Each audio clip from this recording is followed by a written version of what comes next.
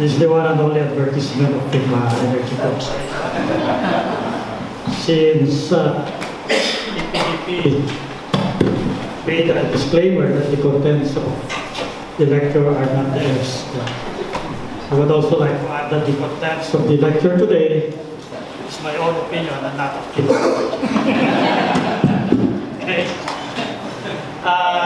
I have 40 minutes. I have about 29 slides here that has content, so because of time constraint, I just discuss details during the question and answer.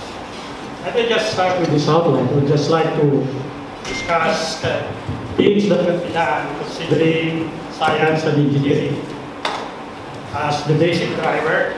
And then we go to things that can. I might just speak louder. And I'll just go to things that could be driven by policy and regulation, and then the competition law, and then the legislative and judicial issues. Okay. In terms of recommendations, okay, you'll find out that there are some firm recommendations here. There are recommendations that are subject to further study, and there are what I call a neutral, wherein no recommendation is being made, but an issue that needs to be studied. Okay, let me start with science and engineering. I guess the thing here is that one should mirror the science, engineering, economics of power system design, O&M under a vertically integrated industry into the deregulated industry, because that's the science and engineering bit. And I would like to start with auxiliary first. The basic principle here is that when you operate a power system, supply should always be equal to demand plus losses. There will always be losses. There are people who claim that why don't we do away with losses? I don't think that is possible.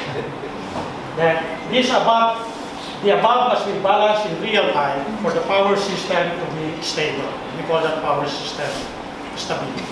And this is real time. It moves and so on and so forth. Okay. In a vertically integrated, the generation capacity is more than the maximum demand. And that excess capacity is required to replace units of maintenance outages and units that trips online, which we call force outage, right? As well as for load following and frequency control. The replacement capacities of force outages are called contingency and dispatchable under the EPDP. But in power system parlance, these are called spinning reserve and backup reserve. Spinning literally because it is operating and running but is not taking on load. Just ready to take on load when one of the power plants or units drops out of the system. Right? The regulating reserve is required for frequency control and load following. That's why literally it's called load following, because it follows changes in load. In the system, return of load, and so on. So it has to follow. Because you always have to maintain the supply equals demand plus losses. Right?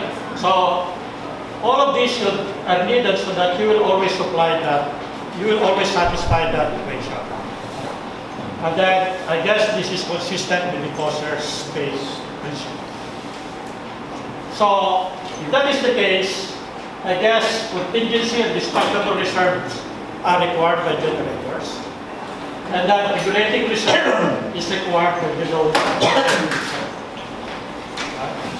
So if you apply the same principle to the regulated environment, the IPP must be the one who will pay for contingency and dispatchable. So right now, everything is being charged to the end user. Right? Now, later on, I will tell you where fair competition will come in. And the rate for this one is peso per kilowatt of capacity online. All you have to do is take all the cost of contingency and spinning, divide that by the amount of megawatt in the system at that particular hour. Right? And then the IPP that triggers this contingency to come online, which means that if there's a unit that goes on force outage, it must pay for the entire cost of the contingency and the dispatchable at this point in time, and over the period during which dispatchable capacity is put in line. Right? So, in other words, this will dictate economic sizing, because the bigger your unit is, the bigger you are exposed to this kind of risk, and you have to pay more. Right? If you are 300 megawatt and the spinning reserve is 600, you get off the line, you only pay 300. If you are 600, it goes off the line, you have to pay for 600 for that particular time. Right? Now, in terms of the downtime, what is maintenance, what is happening now is that in the bilateral, the IPP simply requires the end user to give them allowance, and the end user will take care of the replacement power. Or it can offer as part of its being competitive to replace the power during maintenance of its units. Right? And therefore, IPP can either pass on or not to its customer its cost for the power. And this is where competition can come in. Right? You are exposed to the contingency and dispatchable if your unit is not reliable. And you keep on getting off the line, so you have to pay more. If you are very reliable, then your cost, which is this one, okay, this cost here will be less for you. And you will have that competitive advantage if your unit is very reliable. Okay. What about the regulating reserve? Okay. SO now is required to maintain stability of the power system. And since this is coded by the law, this will now be charged to the end user. Alright? The next one should probably be the controversial for those who are in the variable renewable energy. The variable renewable energy simulates variation in demand. And therefore, it should pay for the regulating reserve. It should be charged. Okay. But although at the surface you will see this as a disadvantage, it is not really a disadvantage because you will pay less than providing your own to smoothen your output. Kasi you are sharing the variation. Okay. Two solar plants sharing the variation and you share one reserve.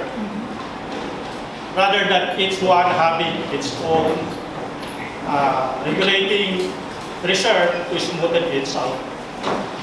And the other one is that if you will procure from SO, okay, the adequacy of this regulating reserve will enable the grid to absorb more VRE capacity, which means there are more opportunity for VRE capacity to put into the system if they are willing to pay for this regulating reserve. And this can be done. You can use storage batteries. I've seen one in Hokkaido during my recent visit in Japan. It is a 15 megawatt, 60 megawatt hour battery. Okay? Regulating the frequency of Hokkaido, which is about 80% renewable.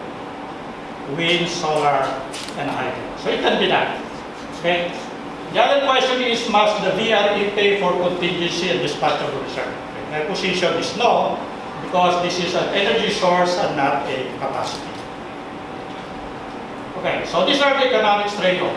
Usually people build big size because of economy of scale, they're more competitive, maybe capacity fees will be lower, efficiency will be better, okay? But then your ancillary might be more expensive. But if you are reliable, then your availability is high, so you're exposed to less ancillary from force outages, especially force outages. Right? So those are the trade-offs. What about for embedded generators? Okay, when you do the supply-demand, all embedded generators in DUs are included in that supply side. Alright, so if they get off the system, right, they disturb the demand, and therefore you also need replacement power for them. So they should also pay for the spinning and the dispatchable reserve. Likewise, VRE, they're part of the load, they're part of the system, so their variation, even if they're embedded, will also require regulating reserve. However, one can consider plant capacity. Because if your embedded generator is just 5 megawatt out of 9,000 1,000 demand, then that is very small, right? But what is the impact of a critical sum of capacity? Suppose you have 105 megawatt in the system. Now, of course, you don't expect all 100 to come out at the same time. Okay, so you don't expect a total of 500 megawatt to be lost from this VRAs. Okay, so maybe one or two will come out at the same time, so about 10 megawatt. So again, you can consider it. It's a question mark. That's the reason why it is subject to discussion. All right. What about solar roof? Ancillary services for solar roof and end users? I think it's the same thing. Okay, maybe the impact's not very much. Okay, if you get one solar roof of 100 kilowatt out of the system, okay. So that's as far as ancillary services is concerned. So now shift the payment of contingency and spinning reserve to the generator such that you really define the competition on the generator side. And then charge the regulating reserve on the load and on the VREs. Okay? And it will now make between VREs and the traditional generators, I think there will be fair competition. Okay? Because you are paying for putting disturbance in the system. Right? Because the disturbance of the VRE is more than the disturbance of a traditional power. In other words, if you put more VRE, you put in more regulating reserve. Therefore, somebody has to pay for that. Now, transmission and distribution. Okay? Load flow principle.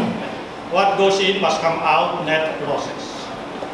Again, technical losses is a scientific phenomenon, so you cannot take that away. One cannot say that. If some legislators are saying that, why are you paying for losses? I think the School of Economics should educate those legislators. You don't get an engineer to educate them. But of course, we're just referring to technical losses. You talk of non-technical losses which are stolen energy from the system and so on, that's another story. In here, we're just talking of technical losses. Alright. In here, this is just a sample of a system that this generator here, this is a generator, the rest are the load here. Okay, in supplying all this load, you will incur losses in these lines. Those are technical losses. Okay. Unless these are superconductors, then there are no losses. The other thing that I would like to emphasize here is that if this generator has a bilateral contract, let's say, with this load or with this load, it doesn't necessarily follow that the electrons that it is producing is the one that is being supplied. Okay. That electrons will come here, although the agreement will be between this and this one. And I think this kind of phenomenon will address issues of, if I buy renewable from the system, the question of some customers is, how sure am I that my electrons are coming from the renewable energy? Alright? Of course, that's very hard to account. Okay, so customer uses T&D lines to bring electricity to its premises. Generators, suppliers use T&D lines to bring their products to their customers. So I guess there should only be one payment for billing. To be paid either by the supplier or the end user. NGCP calls this power delivery charge, DO calls it billing charge. Fees are usually demand charges per kilowatt, and this pays for capex investment. Now, loss occurs when electrons move through wires and is measured in energy. And this is in kilowatt hours, again one payment for losses. You don't charge the end user and the generator the same amount of losses because that will be double. Right? These kilowatt hours are provided by generators. Right? Or procured by BUs when supplying captive market from generators. It is not a payment for capex of the grid and the distribution. It is payment for energy produced by generators to supply these losses. Okay? And I guess I explained the last one are not necessarily electrons delivered to its customers. Okay, what about embedded? A DU embedded capacity which has a bilateral within a DU franchise should only have one Quilling plus loss charges. Okay, based on the principle of load flow. Now the question is, and I guess it's a question mark subject to discussion, what if its customer is outside the DU franchise? Should it be charged with Quilling? What if it sells to the spot market, like some VREs? VREs that have no feed are being charged Quilling charges and they are now complaining. But should they pay Quilling charges? Now, take a note here, if the capacity of the embedded generation is less than the load of DU, the electrons stay within the network. It does not go. Okay. So even if you sell outside, your electron is not actually going to your customer outside the network. It's just going to the other customers inside the network. Right? And sometimes an embedded capacity will reduce the loss within the DU network. Okay, so for example, if this is a small generation supplying the entire load of this one, that electrons, if it is much less, the generation if it's much less than the total load of this distribution within it, stays within it. So it just moves from here to here using all the ones here, so that there should be only one Quilling plus loss charges. Then the question is, what if this generator here has a contract with the load here? Right? Now, using the load from principle, what goes in here will be a total, or the energy that is going in without this generator minus the capacity of this generator. Okay. So the capacity that is being supplied by this generator to this load, for example here, is coming from the other generators. Okay. So where is the concept of Quilling now if this generator is supplying this load?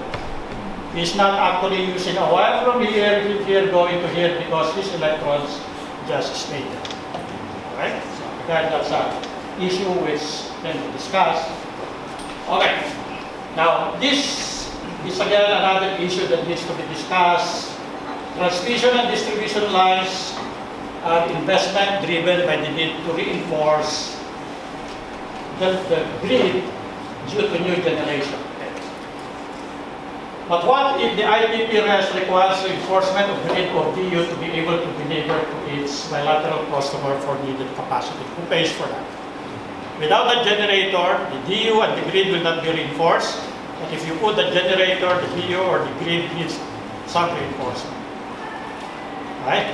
Now, it becomes worse when that capacity is just an excess capacity that you don't need in the system. But you force it into the system. And just like what happened in the Visayas, you force a lot of solar energy that are needed, and then you are now blaming NGCP for not putting in the lines, but when in fact, some of those are already excess capacity. Who pays for that? Okay. TND are governed by non-discriminatory open access policy, but can grid and DU deny interconnection if what you're putting in is an excess capacity. I think in the Visayas, they have made an announcement that we cannot accept the connection up to until 2022 because there's not enough capacity to the system. Is that a violation of the open access policy? Anyway, they know that the system does not yet need the capacity.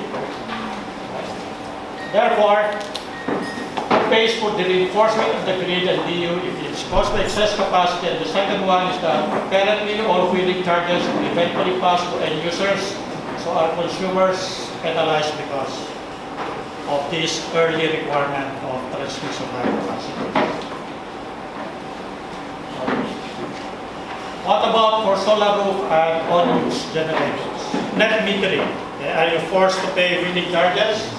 Usually the export to the DU is limited, first of all, by the wires that goes into your system. Okay? And if you are very observant outside of your house, you have the distribution transformer. And if you want to export that out of the distribution transformer, the total generation from all the houses that are connected to that will be limited by that transformer. And that's the reason why they have that 100 kilowatt limit.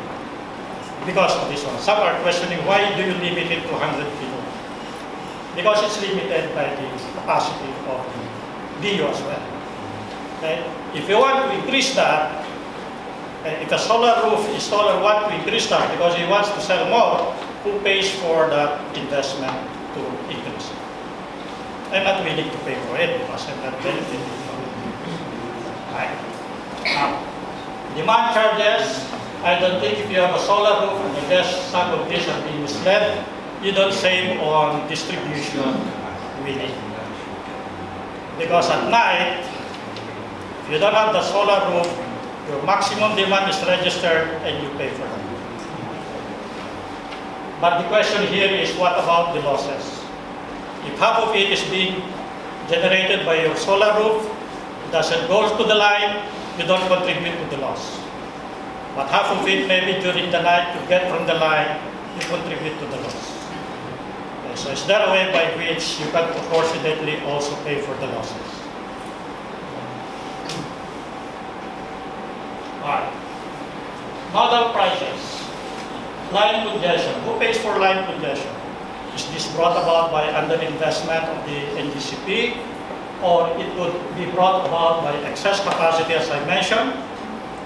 Okay. Because there is excess capacity, you don't have enough line, there will be congestion. But the system does not need that excess capacity. So why penalize the nodes with a congestion? And the other one is non-optimal plant siting. And that's the reason why DOE has come up with a map which says these are the places where you put your power plant so that you optimize the transmission line assets in the grid. But under a deregulated environment, you cannot impose that. Okay. Line rentals. I think this pays for line losses that I square are in the transmission line. But if this is so, what is that loss factor in the billing determinant of NGCP? Is it the same loss or is it another? Does it pay for the capex or it pays for the energy loss? We don't know. Now, are DU that are embedded, do embedded generators of DU have to pay line rentals? Okay. I also don't know. Subject to further study. Okay. So if yes, I said it should only be a portion of the loss in the DU network because it may reduce the loss in the DU. Of policies and regulations. Still have time. Okay, price determination. PRC is using cost base. And they can only evaluate single physical plant, their technology, from coal, from gas. And they said that they don't have the capability to evaluate a portfolio of supply sources. They supply you with my power from coal, gas, solar, etc. This is my rate. PRC does not have that capability. If they don't have that capability, why don't they just do market-based? Anyway, there is a CSP. Why cannot market-based determine the price of electricity to the consumer? All right, energy mix. Energy mix policy of government is technology neutral. But I would like to turn it that it is market-driven. Okay, it says 70 base, 20% mid-merit, 10% mid. It simply means that if coal can operate economically as peaking, you can have coal at the peaking. Right? If coal can operate economically as a dispatchable reserve, you can put up coal. Okay, so it is determined by the economics. It is market-driven.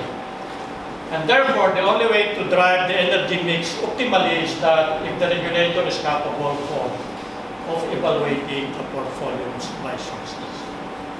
If not, then there is no way that you can drive this energy mix by market.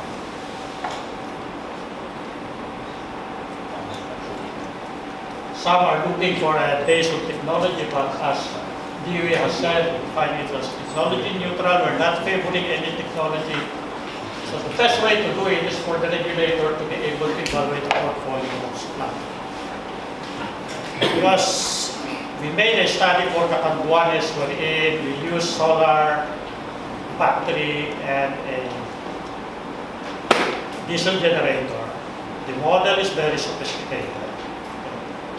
And therefore, what happens is that you get a price, but I don't think if you bring that to the ERC, they may not be able to understand how the prices were arrived. Right? 15 minutes. Ancillary services, I think system operator, which is NGCP, should be allowed to invest in storage batteries for providing this regulating service. Becomes part of their investment. And then implement the reserve market. All right, taxation, carbon tax.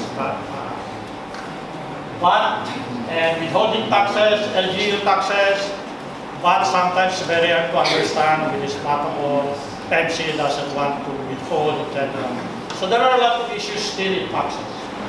But what is important here for fair competition is that taxes borne by P&D charges must be the same for captive market and for the contestable market. Carbon tax,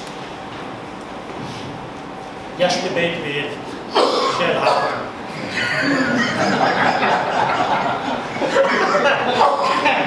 Very timely yung kanyang article. I don't have to discuss carbon tax. I don't have to debate with the economic issue. Debate with Shell Hopper. Finally, competition law. The regulator must be an enabler rather than a follower, so that it will enable entry of new technologies, equitable decision making for consumers, which is the purpose of the PIRA, customer choice and control. The other one is that the guidelines for determination of installed generating capacity according to Section 45 allocation of megawatt control. The recommendation here is that the entire capacity of that facility should be charged to any of the following. Those who own it, if that same facility is owned by another group, operated by another group, traded by another group, the capacity of that should be charged to these three companies. Why? Each of them exercise degree of control over the price and the quantity of the generation facility. Okay? And this is how it can be done. Right? An owner can exercise it through corporate policies, procurement of fuel, licensing management, operator, controls availability, reliability, trader controls its offers to West. Finally, 2 items, CSP, no need to legislate. ERC can promulgate rules. Besides, if you legislate, it's hard to change, to adapt to changing environment. And then the issue of, ang naging pulot-dulo ng CSP is that there have been proponents that in order to encourage new capacity, you bid out the demand only for new capacities. You disqualify the existing one. But however, I guess some people are now tempted to include existing demand plus new demand and only limit it to new capacities. What happens to the existing capacity? Wala na silang market. Alright? So I guess these things have to be taken into consideration. If you want to encourage new capacity, just qualify them for the new demand. And just leave the existing demand to the existing capacity. And then mandating third parties prerogative of buyer, and it should be part of the customer choice. No need to mandate them. Say much of this because it is a theory, just to emphasize the word voluntary. For me, voluntary means either you are captive or contestable. There's no such thing as a voluntary contestable. Right? Not the same as being supplied by local rest. You are a voluntary contestable to be supplied by a local rest. That's not my interpretation of voluntary. Either a captive which means that voluntary means not exercising one's right to be a contestable person. So you should stay captive, you get ERC rates. That way, the DU will not earn from the pass-through charges of generation. It is transparent. And if the DU wants to earn from the IDP value chain, they are allowed to put up the rest subsidiaries instead of a local rest to level the playing field. And I guess one of the things that are needed to level the playing field is that wheeling rates plus others, including taxes, etc., monopoly rates should be the same whether you are captive or whether you are with local rest, just in case local rest will push through or you are part of the cream and being supplied by a third party. I think this is where the advantage of the local rest comes in. And the other thing is that, of course, with regard to the local rest, it is the non-discriminatory open access should be strictly implemented. So that ends my presentation. Thank you.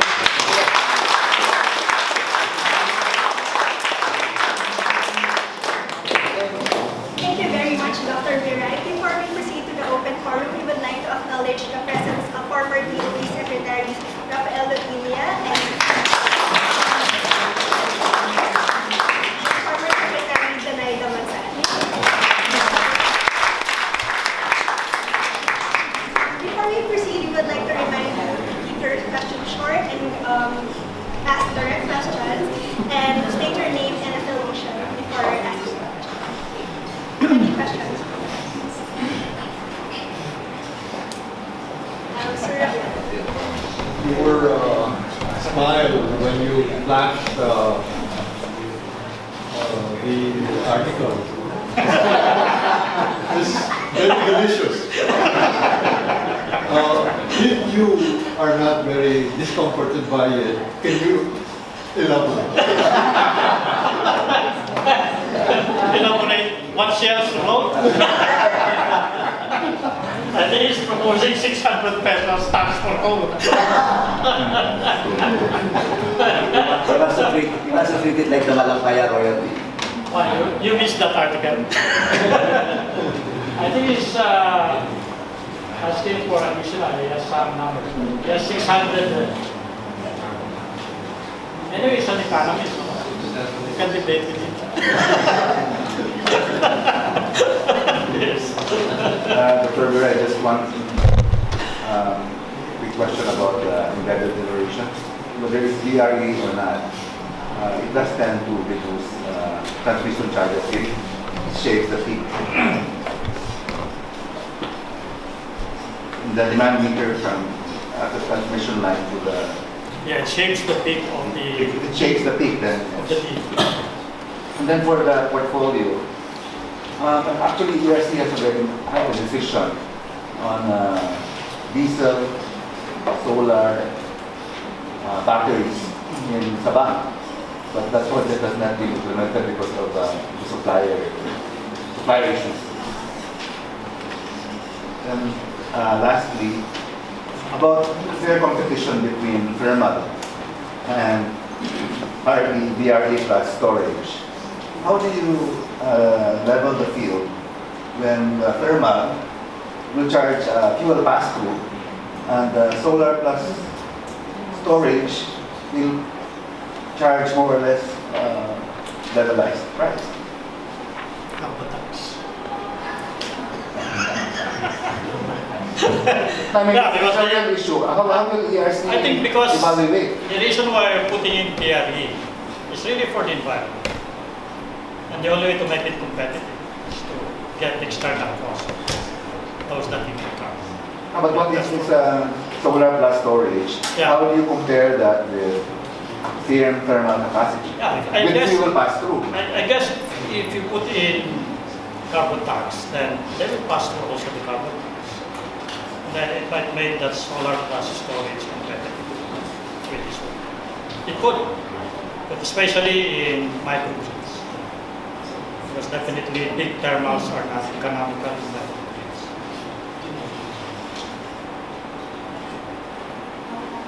question. I think the problem really of VRE is that's the reason why it cannot penetrate the grid in grid volume is because of the requirements of the variation. So you mentioned Catanduanes, but I did not hear you include existing hydro there. There is, because we're supposed to supply in addition to the line, because that is owned by another. One is owned by NPC and one is private. We're supposed to, in our study, we talked with NPC that we will buy their diesel power plant, that's what we use, and we put up solar storage. And the number that came out that it is competitive with the current generation cost of Catanduanes.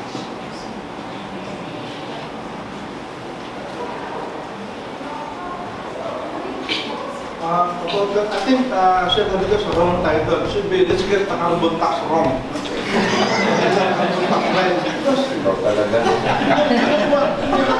Why is expensive electricity a good thing? No? If you didn't tariff, it's already wrong because it's expensive. Then you make cheap carbon, you make it more expensive. No? Well, maybe what you can do is that carbon tax, right? But you should abolish the pit. No? Shell Habito is silent on that. So he says, another thing about transmission, I think that there's no breakdown. Say you have the 150 megawatt of wind, but you will see from locals, but away 600 kilometers versus coal from Batangas, natural gas 100 kilometers away. The system law, transmission system law, be verified. If you bring into the say Metro Manila, but I think that the GCP doesn't have that kind of breakdown. Do you have an estimate what would be the contribution of that? Bringing down far away wind from Agudpod down to Manila?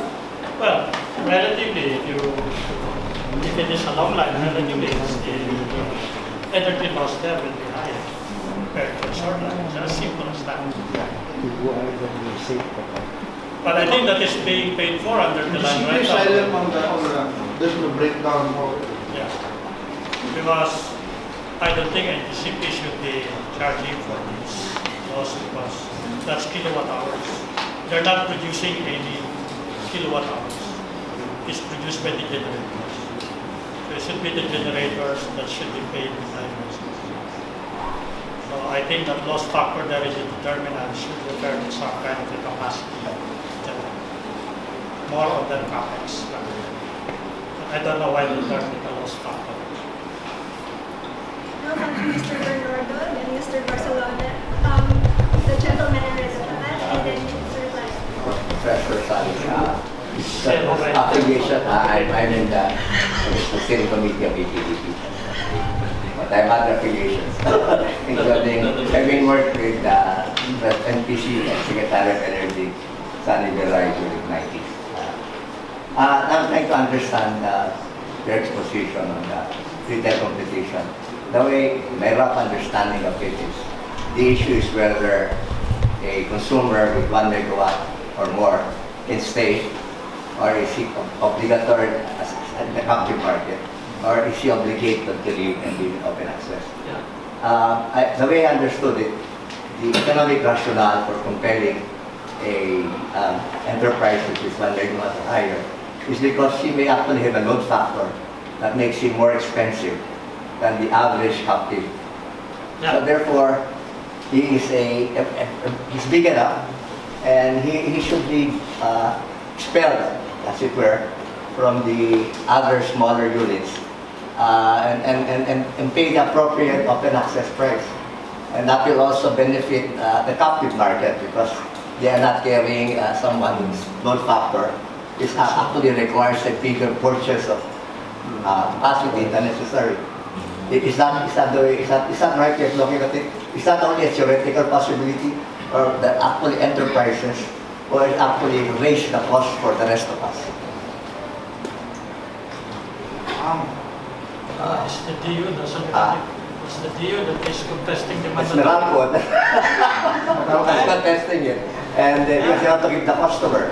But I'm looking at it from a consumer standpoint. They're big enough. Why shouldn't they pay the market price? That's correct. Actually, if they're big enough, if their load factor is higher than the average load factor, Definitely. you're actually subsidizing the captive. That's right, and they should do. Now, why? But why compel them? No, because then you might have the reverse. The reverse factor might actually be very peaky. Yeah. And No, these they're actually, For yeah. commercial and industrial establishments, For I example, think I in don't think it's- general, the load factors are higher than In average. general, but well, and that's what I'm asking President Viray. Is there only a theoretical possibility that you may actually have an enterprise with such a peaky load factor that is a burden to the rest of us? That's correct. In that case, it So should be don't you compelled. want to expel him so that he doesn't become a burden to the rest of us? Because he's a cost to the system when he's big enough, and he shouldn't be. So I think there is an economic rationale the way I'm looking at, or is there something wrong with my analysis? Should intervene. But Romy, that is a critical question. It's an empirical question. Case That's by not case, case by case. It could happen. It could happen. Especially when you go down to 750 and 500. Okay, think about a very small cooperative. Na isa lang yung ano dahil there's a big plant Yeah, yeah. who locates there na pipi yung kanyang load factor. It can actually make the poor consumers in that small I think that's a good strategy undertaking. There are, based on our experience, really some, we come across customers whose price